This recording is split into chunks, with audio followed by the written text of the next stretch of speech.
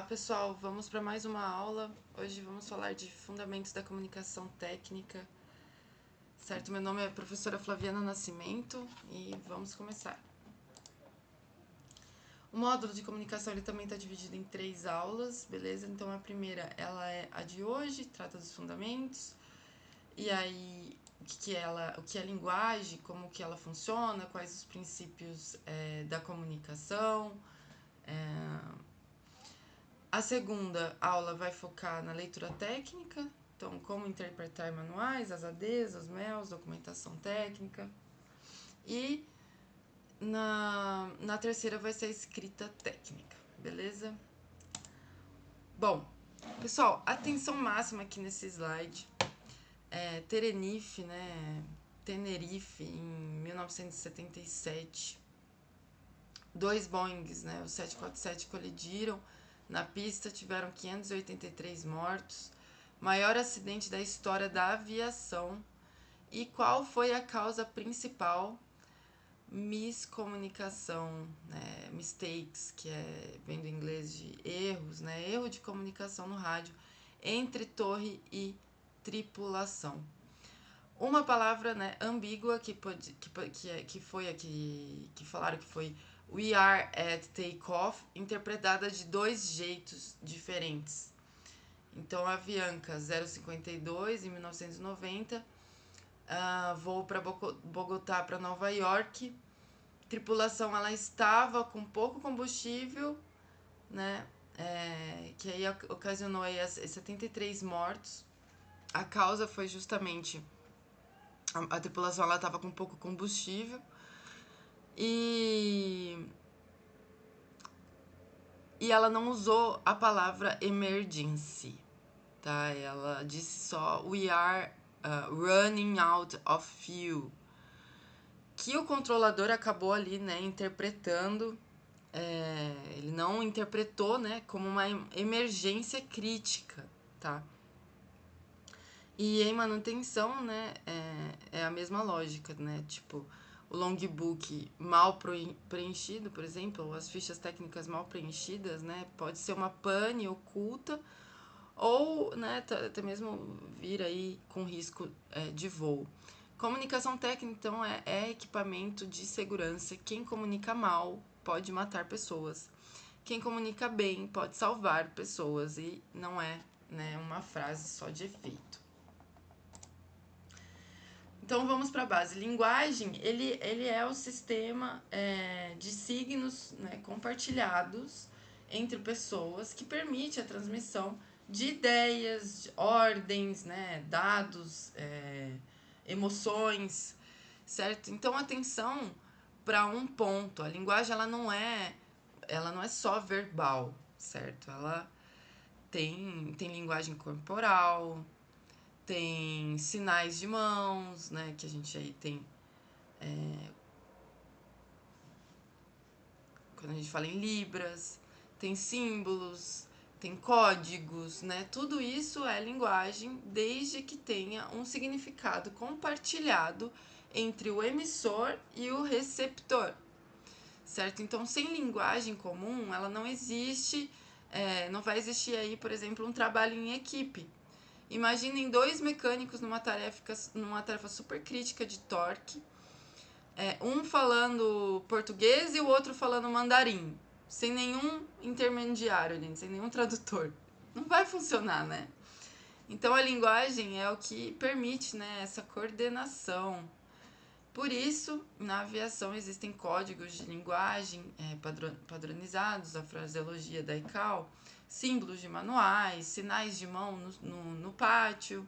Então, tudo para poder garantir que a mensagem chegue igual entre todo mundo, né, em qualquer lugar do mundo.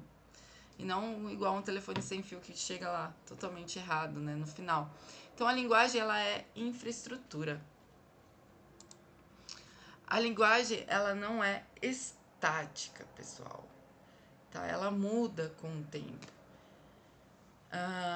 Por exemplo, quem se formou em manutenção nos anos de 60 e 70, né? A pessoa nunca escutou falar em fly-by-wire, por exemplo, né? Não existia aquela época. Então, hoje é um vocabulário, né, básico, que todo mundo sabe o que é fly-by-wire. FADEC, né? Que é aquele Full Authority Digital Engine. Full Authority... Full Authority Digital Engine Control, né? Que é o FADEC. Ela também não existia naquela época. Então, surgiu, por exemplo, ali nos anos 80, se eu não me engano. ETOPS, que é o Extended Range Twin Engine, né? Operational. Também não existia, né? Virou padrão nos anos 90.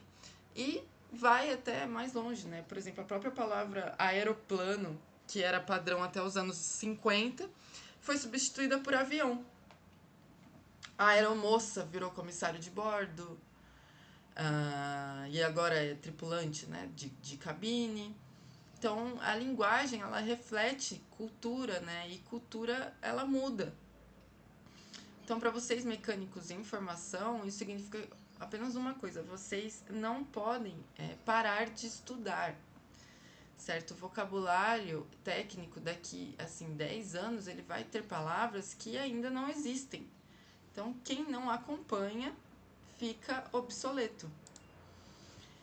Cada grupo, cada profissão, cada região tem o seu jeito próprio de falar. Por exemplo, no hangar, vocês vão ouvir várias gírias, né, técnicas que não existem em nenhum manual. Então, por exemplo, engaixar a perna, que significa lubrificar o trem de pouso, esticar a perna, que é estender o trem, fazer um check, que é executar uma inspeção. Existem inúmeros aí, né? Então, esses termos, eles são da cultura do hangar e eles funcionam ali entre mecânicos apenas, né? Mas atenção a isso também, tá? Na cabine de comando, né? Quando tá dentro da cabine pro voo, a cultura é totalmente outra, né? A linguagem, ela é a fraseologia, que é a ICAO padronizada. Tem frases obrigatórias, não pode ter gírias, não pode ter regionalismo, né? Porque o piloto, ele pode estar falando com torre em qualquer aeroporto do mundo. Então, saber transitar entre os dois registros é o que define ali, né, um profissional mais maduro. Então, conversa de hangar com colega pode ter jargão ali livre, né? Mas comunicação com piloto, com engenheiro, com auditoria da ANAC, aí já exige uma linguagem formal, uma linguagem padronizada, né? Sem ambiguidade. Então, cada situação, a sua linguagem. E aí que vem uma pergunta clássica aí de prova, né? Por que toda documentação aeronáutica está em inglês, em inglês?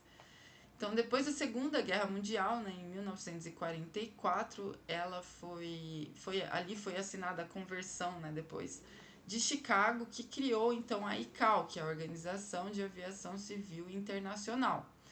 Os Estados Unidos, eles dominavam a tecnologia e o comércio aéreo ali naquela época, né? E então ficou estabelecido que o idioma operacional seria o inglês, assim como a moeda, né, internacional de troca é o dólar. Então, desde então, manuais de manutenção, ADs, SBs, né, fraseologia de rádio, né, tudo é inglês. Então, o AMM, por exemplo, do A320 da Airbus, ele é inglês. O AMM do 737 da Boeing, ele é inglês. A AD da FAA é inglês. Enfim, por isso que a ANAC, ela exige o inglês, né? Que é o nível 4 ali, para mecânico, né? Que opera em ambiente internacional. E para a Latam, né? Ou outras companhias aéreas que voam para o mundo todo, não faz uma diferenciação. Que né, na verdade, é uma exigência. Então, quem lê inglês não trabalha, quem não lê inglês não consegue trabalhar na linha, né? Em linha. Então, agora a gente vai olhar a diferença mais fundamental do nosso módulo, tá? Que é a língua falada, que ela é espontânea, ela é textual, contextual, ela é efêmera, né? Geralmente ela é informal. E vocês falam, o som se dissipa, fica só na memória, né, de quem ouviu. Uma conversa, por exemplo, ali no hangar, né, dura 5 minutos e acabou, some. Então a língua escrita, ela é planejada, ela é autônoma, ela é permanente, tá? Ela é formal. Então o texto ele fica ali registrado, né? Pode ser lido por qualquer pessoa em qualquer momento, né? Ele vira uma prova jurídica, se for preciso. Então a mesma informação, né? Ela não muda, né? Ela vai se eu precisar, né, de uma auditação daqui 10 anos com aquele registro, eu consigo, né, fazer diferença, certo? Então, saber qual canal usar para qual situação também é uma metade do trabalho, né, de comunicação técnica, certo? Que a outra metade, né, seria saber o que dizer. E aqui vamos falar de usar vocês vão, né, usar a língua falada o tempo todo no hangar, né? Isso é normal, a gente fala o tempo inteiro. Então, turnover de turno, né, que é passagem de serviço entre a equipe que sai e a que entra, crítica, tudo que ficou ali pendente do turno anterior vocês acabam recebendo, né? Briefing antes de uma tarefa, ou até mesmo o supervisor ele pode passar, né, o objetivo, os riscos, né, os procedimentos. Então, um aluno bom, ele faz pergunta no briefing, ele precisa entender o que é para fazer, né? Aluno ruim, ele acha que ele entendeu tudo e descobre que depois que não, né? Que ele tem dúvidas. Então, é bom prestar atenção, fazer todas as perguntas possíveis na hora que está ali reunido com o seu superior, né? Para sanar todas as dúvidas e estar presente. Então, comunicação no rádio, ele interfone, por exemplo, com a cabine, né? Comunicação com o ground, com o pátio, o pushback, o táxi, a partida. E é claro também, né? A conversa com o seu colega no hangar, né? Discutindo uma pane, pedindo uma ajuda, ensinando alguém mais novo. Beleza? Então, comunicação verbal, ela não substitui registro escrito, tá? Por exemplo, se você falar, por exemplo, eu avisei verbalmente, tá? Ela não tem valor na auditoria, tá? Tudo que importa de verdade tem que ir pro papel, certo? Então, aqui está o coração ali, né, do nosso trabalho, né? O logbook que a gente fala, ou uma caderneta, né, da aeronave, ou até mesmo as fichas técnicas que precisam ser preenchidas, né, são documentos importantes, né, registra todas as ações da aeronave, né, todos os componentes trocados, todas as inspeções realizadas. Então é meio que o currículo da aeronave, né, um cartão de tarefa, o task card, né, que é o cartão de tarefa, ele é um roteiro, né, detalhado que de cada serviço que precisa ser feito. Então vocês recebem esse cartão, executam o que está nele, marca concluído ou até mesmo assina, né? E aí vira um documento, né? Um documento muito importante. Então, um relatório de discrepância, né? Ele documenta uma anormalidade encontrada, ou sei lá, uma trinca, um vazamento, ou um desgaste ali fora do limite. E é o que aciona, né, o reparo. Então, o parecer técnico, ele é a análise mais aprofundada, geralmente assinada por engenheiro, sobre uma situação complexa, né? A MEL e o CDL, por exemplo, são listas de equipamentos mínimos para poder liberar o voo. E hoje em dia, então, tudo passa por sistemas digitais, que a gente tem o AMOS, o TRAX, né, o sistema de próprios aí das companhias aéreas. Mas o princípio ele é o mesmo, tá? Registro escrito formal. Pessoal, Então, aqui, né, isso aqui que a gente vai falar agora, que é o princípio fundamental da aviação, tá? A auditoria da ANAC olha o que está documentado. Se vocês fizerem uma inspeção, mas vocês não registraram essa inspeção, do ponto de vista, né, da oficial, ela não foi feita, tá? É simples assim. Rastreabilidade, quem fez, quando fez, né, qual peça, qual lote, qual o torque, qual a ferramenta que foi utilizado, certo? Então tudo precisa estar escrito. Se aparecer uma trinca, né, daqui a 2 anos numa peça que vocês instalaram, quem investigar, ele vai querer saber tudo sobre isso e vai atrás de vocês, certo? Então, o valor legal em caso de incidente ou acidente, o logbook, ele é prova em juízo, tá? Investigação do CENIPA, da Polícia Federal, do Ministério Público, todos olham os documentos. Mecânico que assina e assume responsabilidade técnica e jurídica, ele tá ali assumindo que ele fez o trabalho dele corretamente, tá?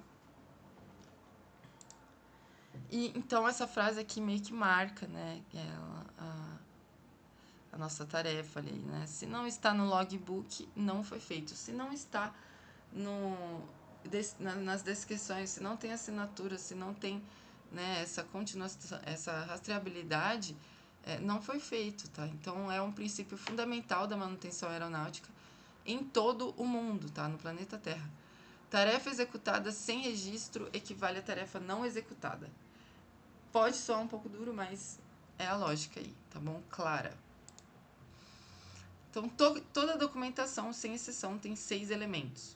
Tá? O emissor, que é quem envia a mensagem, o receptor, que é quem recebe a mensagem, que é a informação em si, e o canal, que é o meio físico, né, que passa por isso, que é a voz, o papel, o rádio, a tela.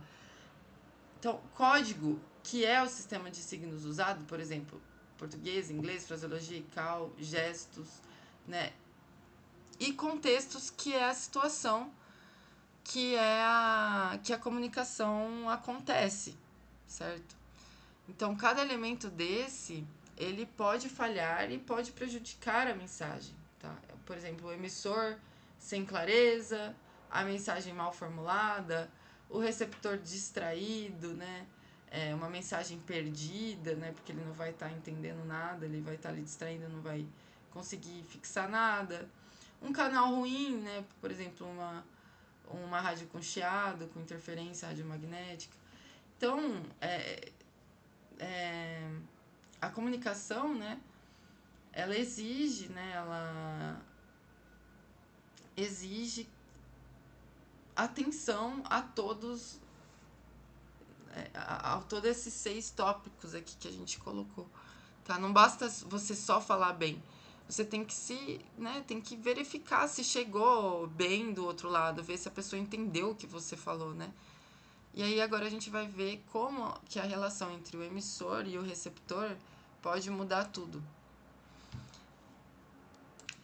Então, vocês vão usar muitos canais aí ao longo do dia, né? Por exemplo, a verbal direto, que é face, no briefing, no turnover.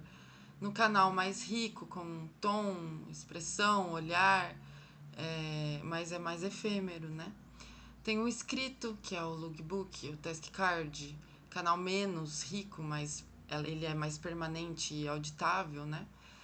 O rádio e o interfone, que durante, por exemplo, o pushback, o táxi, partida, ou até mesmo em hangar com tripulação a bordo, né, que é um canal mais limitado, que exige a fraseologia padrão para poder evitar erros. Sinais de mão, né, no pátio, na rampa, no abastecimento. Então, canal silencioso, né? O sinal de mão é um canal silencioso, né? E visual, padronizado pela ICAO também, né? E enfim, então cada canal tem força e fraqueza, né? O profissional bom escolhe o canal certo para cada situação, né? Então, saber ali, entender qual é a situação correta para cada um. E atenção aqui para um conceito que cai direto em prova, que o ruído na comunicação ele não é só um barulho, tá? O ruído ele é qualquer coisa que distorça a mensagem entre o emissor e o receptor. Pode ser um ruído físico, né? Uma turbina ligada, um hangar com várias equipes trabalhando, né? Um vento forte no pátio. Mas pode ser muito além disso, né? Pode ser um sotaque diferente que dificulta ali o entendimento, um jargão técnico usado errado por quem ainda está aprendendo, né? A pressa que faz a pessoa ali engolir as palavras, fadiga, né? Que reduz a atenção da pessoa, então o estresse que faz, né, interpretar mal. E tem ruído mais perigoso de todos, que é o pressuposto cultural, que é aquele, eu achei que ele entendeu. Mas é óbvio. Ou, todo mundo sabe disso, né? Esse daí é um ruído que nos mata muito, gente, porque ele não aparece, tá? A mensagem ela foi enviada, ninguém pediu confirmação e a interpretação saiu errada. E aí, o que acontece? Né? A gente tem que, então, sempre perceber se a pessoa entendeu o que a gente está falando, tá? Sempre verificar antes. E aí, que cabe aqui uma das ferramentas mais importantes para eliminar o ruído, que é o readback, tá? Que é ou colação, né? Uma colação em português, que é o protocolo em que o receptor ele repete a mensagem de volta, né, para o emissor, e o emissor confirma que se foi entendida corretamente. Então tem 3 passos simples, né? O emissor envia, o receptor repete, o emissor confirma ou corrige, tá? No rádio, por exemplo, aeronáutico, isso é obrigatório. Então toda autorização da torre, todo ajuste de frequência, toda mudança de altitude, né, precisa de um readback. Beleza? Então, na manutenção, vale o mesmo princípio, né? Mas em tarefas críticas. Né? Por exemplo, o supervisor ele diz: o torque é 18 Nm no parafuso 3 da estação 41. E aí vocês têm que confirmar do torque 18 Nm no parafuso 3 da estação 41. O supervisor vai lá e confirma, correto. Né? 3 frases. Então, 5 segundos e a chance de erro, né, ela cai drasticamente. Então, o readback, ele é um trabalho de adulto mesmo, tá? Né, que não precisa ter vergonha de repetir. A fraseologia da ICAO, ela é um conjunto, né, de frases padronizadas, obrigatórias na comunicação, né, aeronáutica internacional. E por que será que ela existe, né? Porque o piloto brasileiro ele pode estar pousando em Tóquio, né, falando com um controlador em japonês, e os dois ele tem que saber se entender perfeitamente. Então não tem, né, um espaço para ambiguidade. Tá? A solução ela é criar mesmo um conjunto fixo de frases com um significado único que todo profissional do mundo inteiro vai conhecer. Então, por exemplo, cleared for takeoff, que significa autorizado para decolar. Ou hold short for runway, que significa pare antes da pista, né? Hold short of runway. Ou Squawk 7700, que significa que o ajuste do transponder para emergência. Então ela não tem variação, né? Ela não tem sinônimo, ela não tem regionalismo. Né? O documento de referência para isso é a ICAO 9432, o manual de fraseologia, né? E o mecânico ele não tem essa exigência diária, né? Mas vocês vão, né, ouvir esses termos e em comunicação com a cabine, ou em uma operação de pushback, ou em coordenação de partida, né? E reconhecer, né, essas fases faz parte do trabalho. E a ICAO, então, ela definiu uma escala de proficiência em inglês aeronáutico, que ela vai do nível 1 ao nível 6, né? E nível 1 é o pré-elementar, né? Nível 6 já é o especialista. Então, para atuar profissionalmente em ambiente internacional, o mínimo é o nível 4, que é o chamado operacional, né? E aí o exame, ele avalia essas 6 áreas, né? A pronúncia, a estrutura gramatical, vocabulário, né? A fluência, a compreensão e a interação. Então vocês precisam ali pontuar um mínimo de 4 em cada uma. Se uma só ficar abaixo, né, o resultado ele vai ficar para pior nota. Então tem que ter o 4 nos 4. Aí tem 3 tipos de comunicação, né, codificada que vocês vão encontrar na aviação.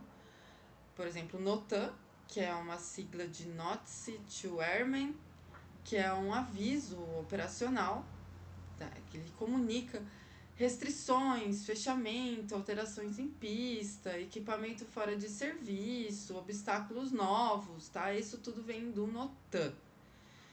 O mecânico de linha, ele precisa entender pelo menos o NOTAM da estação onde ele está trabalhando, tá? O METAR, que é uma observação meteorológica, né? Que é atual de aeródromo, né? Do aeródromo. E, por exemplo, vento, visibilidade, nuvens, temperatura, pressão, ele é atualizado a cada hora ou meia hora, né, em estação aí maiores. O TAF, que é o Terminal Aerodrome Forecast, né, que é a previsão meteorológica para as próximas horas. Então, é crítico para planejamento de voo esses dois, né, o METAR e o TAF. Mas é o piloto ou o DOV mesmo que faz essa leitura, né? Os 3, eles são escritos em códigos, né, com uma síntese própria, abreviações padronizadas, né? E aprender a ler isso é uma parte da formação aeronáutica, né? Faz parte do trabalho, né? Não é responsabilidade ali direta da manutenção, como eu disse para vocês. Mas vocês vão ver que esses códigos, em conversa, por exemplo, com o despacho, com o DOV, né, com o piloto, com a torre, então ele não dá para ficar ali perdido, né, quando isso aparece. E para a pegadinha, né, da ANAC, então a ANAC ela adora misturar ali os conceitos do METAR,